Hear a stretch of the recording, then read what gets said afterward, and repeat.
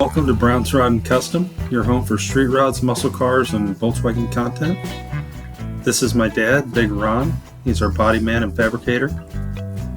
This is my beautiful wife, Megan, our editor-in-chief and supporter. And this is me, Adam, the designer and mechanic for our projects. If you find our videos helpful, like and subscribe for more content. Good morning, everybody. Welcome back to Brown's Rod and Custom. Happy Friday. It is August 22nd. It's about 10:45 in the morning. We're all set up over here. You're gonna get me today. I'm gonna be working on our 1958 Chevy Apache. I'll be working on the bed, which is exciting, but not the cross braces. I'm gonna get the Bower out and go to war on the bed sides. So that should be very interesting and fun to watch. So this whole video is going to be about restoring the bed of a 58 Apache, the beginning of it, one phase of it. So, and that phase is going to be this right here, that guy. I'm starting out, okay, with the best bedside. Okay, the other one has holes in it up in here. All right. So the idea here is this. This one has a little bit of a hole right there, but that's all I've found so far. We've got some pitting, we've got some things of that nature, but nothing terrible. Now, clearly, there is no way on God's green earth that I can get up into these stake pockets all the way, or all the way across these, okay? So, if I can get the rest of it looking good, the plan here is to, Eastwood makes a product, okay? It's basically a rust encapsulator, all right? But it's for like frames or things of this nature. It's got a long tube on it, like a long tube, that you can go out, I think 3 feet or something like that. You take it, you put it all the way in, and then you pull back as you spray, and it spins, and it coats everything in here, basically with like a Pour 15 kind of deal, and encapsulates whatever rust is in there. I'm gonna try that, barring the rest of this goes well, right? We've got both sides of this thing to do, the pockets. I think I can get up under here. I got an answer to that. But I think I can get most of this down to bare metal. And yesterday we did make a Harbor Freight run and picked up a bunch of floppy paddles. So here's what we're gonna be using, so you guys know. Bower surface conditioning tool first, okay? With the black drum, okay? I have a new one up here, this guy. So if you go to Harbor Freight and you're looking for a drum, this is the guy, okay? So first thing I'll be doing is putting that on. Super simple. We'll run over all of the big areas that we can, staying away from any tight corners, sharp edges, because that'll just eat the drum. And we need the drum to last as long as we can. But if we go over just this stuff here, it'll take it right off and it'll survive. Then we have the right angle, okay, with the air. We've got a bunch of pads for that, both 36 grit. We've got the gasket removers. Really, the 36 grit that we bought is for bodywork. But I also bought a bunch of these floppy paddles. Okay, this one here is 120 grit. I don't want to use like crazy grit and kill it. You know, I don't want to use 40 grit on it if I can help it, other than the Bower. But it'll be on our grinder here, okay? So a bunch of different tools to do the job. And then if we can't get it with all of that, then we'll refer to this guy up here, which is our sandblaster, okay? I still got a bucket of sand, and we can go from there. It might take us the rest of our lives, but we could probably figure it out. Now, this was one of those things where, you know, when we started the build of this truck, we talked about we're going to do this on a budget. Well, we're definitely doing that, even though it might not seem it, okay? There are some things that you just have to spend money on to do this. And so And there's a million ways to do it. You could do a frame swap. You could do a subframe, an S10 subframe. You could do whatever, right? Camaro, blah, blah, blah, blah, blah. We're gonna do Mustang too. But more importantly, getting back to this piece here, if I was to take this and have it acid dipped, okay, they wanted $250 per bedside, okay? Now I can buy a new bedside for about 500 bucks. I need both if I do that, right? That's $1,000. Or I spent $50 on pads and the drum and the floppy paddles and all of that, and I'm gonna have a day or two of work in this, and I'll probably have a similar result, right? Sandblasting was in the same world. He wanted, I think, 200 bucks to sandblast each one of these. Because you gotta figure, I mean, it is a big piece. I mean, that's not little. But before I did any of that, and even if you did sandblast it, they can't get up in here. There's no way in hell. So, thought of some answers, gonna try some things, see what happens. But the goal is to save all that money, okay?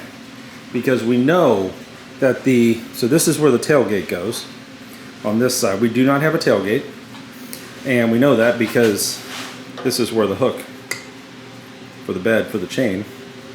But we also do not have the front panel to the bed that bolts in right here, okay? We have one, but it's terrible. I mean, it's absolutely terrible, not savable. So if I can save the bed sides and I can save the cross braces, that saves us about $1,800, okay? All in, all right? That is very important, 1,500 to 1,800 bucks, depending on where you go, okay? That is money we need to save to put into other places, because that money is enough money that we save from just doing what we're about to do, is enough money to put the rear suspension under this. That would buy from Western Chassis, would buy the parallel 4-link, the bolt-in chassis engineering parallel 4-link, rear suspension with the Panar bar, the new rear cross member, and the Alden coilover shocks. That would buy all of that, one kit. Just what we're gonna save right here. So this is not gonna be about how much money can we spend. This is about how much money can we save, right? But still have a decent truck. And I believe that I can make this look pretty good. Now, if I can't, if we get this down and it's absolutely atrocious and it's just terrible, well then we'll buy bedsides, right? And all amounts 50 bucks in a couple days of my time, right? Or a day at least. So that's the thought process here. Now the actual cross brace is cleaned up really well. Really happy with that. So they're ready to be epoxied. I have the epoxy primer to epoxy these and the doors and the cross braces and everything else. But I got to get them to a point where we're ready to do it. So what better way to do it than right now? Now, if you're going to do this at home, and I mean this, okay, this is absolutely incredibly crucial, all right? This Bauer surface conditioning tool, you might have an Eastwood version, a Hercules. I don't think they make the Bauer anymore, but they do make a Hercules. It's the same thing. It throws material. It's going to make a mess, and you will see that. It's everywhere. You 100%, I don't care if you do it inside, outside, need to wear a respirator. If nothing else, one of the N95s, okay? For sure. And you want to wear gloves, just to be careful, and you want to wear a mask, a full face mask, okay? And ear protection. This damn thing's loud, okay? So you're gonna have a mess, it's gonna be loud, it's obnoxious, it's gonna throw shit everywhere, everybody's gonna hate it. So when you go to do it, if you're doing it, you know, at your house and your wife's around, do it when she goes to work, right? Do it when they're not there, because that might be your best shot at this, to not just piss everybody off, all right? So I would use this outside, but to be honest, A, it's raining, but B, doing a piece this big is just gonna be really loud, and that's why it's in here. Okay, I'm trying to muffle the sound in here. So when I fire this up, you can still hear that I'm doing something, but you can barely hear it at the street. So that's where we're at, guys. Hope you're having a great day. If you're watching this, please like and subscribe. I'm gonna take you through this, set you up on the tripod. You guys will be up here, actually right here watching, right there, and watching this whole thing. You'll watch the Bower just eat all of this right off of here, okay? Just remember, this entire cab looked like this. And you know it was bare metal, and you know how it looks now with minimal bodywork. So it's possible. Don't get scared away because it looks shitty, okay? You gotta keep your head in the fight and just be willing to get dirty and do the work. That's basically where it's at. So stay tuned. We'll be right back, boys.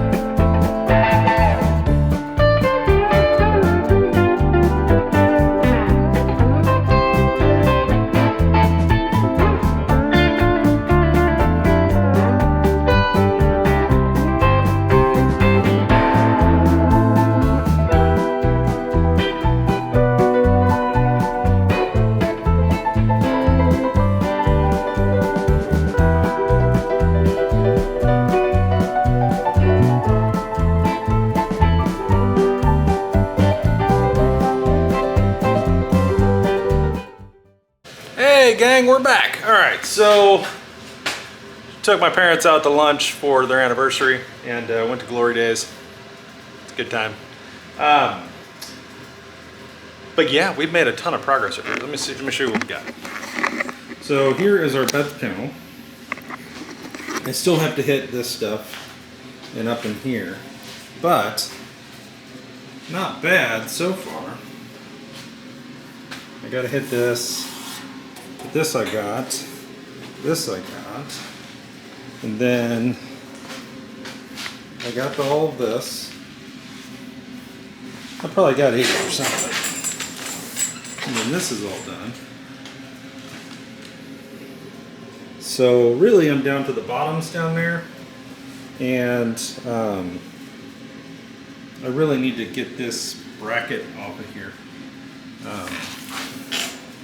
I probably need to drill out all these spot welds and at some point and get that off of there so that I can get a new one and get it on, or make a new one, or whatever we gotta do, and go down that road, because mine's pretty rotted off. But that should give us the ability to clean up this line. You can see where it rotted a little there, starting to, and it's just where shit's sitting in that channel, so we need to get that off so we can go down it and clean that up. But for now, I think I'm going to start here. I'm going to take the right angle and run over this and try to see if I can't run down this here and then clean this up and down in here. I think I'm pretty much there with the bower for now. I've done everything I can really with that. So we're going to switch gears, go into that, and see if we can't just clean this up a little more. I'll bring all this to you here in a second, and but I think we're looking pretty good. We got a lot of good metal, and you know, a little bit of work here and there, and this is going to look amazing.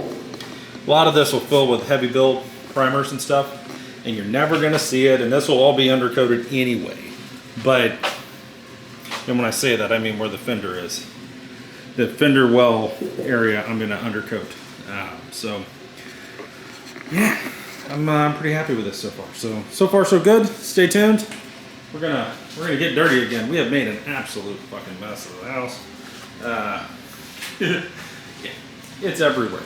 It's literally everywhere. That's why I say, like in the beginning of this, I said, you know, if you're gonna do this, do it in a place where A, you got ventilation, B, you've got, you know, your wife doesn't kill you, because it's gonna be terrible. So anyways, stay tuned guys, we'll be back in a minute. Hey guys, welcome back. All right, well, we got her down to bare metal, about as far as we're going to be able to get her. Bed looks really good. The bedside looks way better than I thought it would look. Really cleaned up well with the bower, especially in areas like this. In the flat, it really came around. The right angle with the gasket removing pad was critical. If you're going to do this, it does fit up in here. And if you take this bed and you flip it up like so, you can really get in there and work inside of here. So, pretty happy with that. Here's the other side of it. It's upside down, but see the other side. Now I still need to remove this bracket. I need to drill out all those spot welds and all of these, because you see this is where our rust's at. So basically, all the crap from all the years has accumulated behind that, and I'll show you this up again. You see all that? It's just sitting in there rotten. So I need to drill this out, get that out, and then clean that up with the bower, and then we should be cooking with hot grease. But really happy with how this came out. You guys saw it was pretty terrible. So what we have now is one good bedside that's 90% ready for epoxy. Really, it's just a matter of drilling out these spot welds, getting that bracket off of there, and then this is ready. So we'll epoxy this white. We can also go ahead and do the cross beams, the two middle and the front and the back. Those are all done and ready to go, ready for metal conditioning and epoxy. And tomorrow I'll be going at this one here. Show you this. Now this is the worst one. I'll give you a fair warning. But tomorrow we'll do this one. And you figure the one that's in the garage looked like this a couple hours ago. So, there's hope. So not terrible. But tomorrow we'll go after that. There's all the cross braces ready to go. Just really happy with how this has come out. It's been I've got probably 6 or 7 hours in this right now to get us to this point. So I'd say that's pretty good. Both sides are done. Really turned out way better than I thought. I was able to get into more places than I thought I could. If that makes sense, which was really helpful. So there's that. Now tomorrow, Big Ron will be out here finishing up this area here on the back window. He'll be dealing with that, getting that ground down, finish welding it, get that ground down, and then we'll start body working that. We'll metal condition it and then start body working and getting it ready. We did get a surprise gift today. Part came for the 40 Ford. It's pretty exciting. From Danny's Rod Shop. He used to be out of Goshen, Ohio. I believe he's down somewhere in Kentucky now, Somerset or Lake Cumberland or something, but I can be wrong. But anyway, we ran into Danny at the Street Rod Nationals. We were looking for a specific rear third brake light that we used to use on our Model A's. And apparently the company had went out of business, and Danny bought all their old stock. So he had them, but they were back in his shop. So it took a couple weeks, and got a hold of Danny, and he checked and he did have one, so we bought one. So we got a third brake light that goes here. I think it's like a 6 or an 8 inch, but it'll look really good there. It's red, should look great. So we got a third brake light, and that should be going in here soon. I would imagine Ron will be out here trying to figure this out in the next couple days. So that is, this is his baby, and he's gonna, that'll wait to get that done on this, I guarantee it. So really excited for him for that. So we're getting there, guys. I'm gonna wrap this one up here. I gotta go take another shower, second one of the day, and go pick up my wife. But I hope you guys are having a great weekend. Stay safe. If you're watching this, please like and subscribe. And I will be back tomorrow morning for the driver's side bed panel restoration, and I'll bring all that to you. And when I drill these out, I'll bring that to you as well. You guys can see what we're doing there and kind of what we're up against, because I got a sneaky suspicion that some of the people watching this have the same bed and have some of the same issues. They're wondering how to take care of it without spending an absolute fortune. So that's what we're showing you right now, because really I got about 50 bucks in drums and pads and stuff, sanding discs and whatnot. That's about it, in about 7 hours of time. If you're willing to put in the time and not spend the money, I think you might have an answer here. So stay tuned for that, and we will see you guys in the morning. Thanks again for watching Brown's Riding Custom.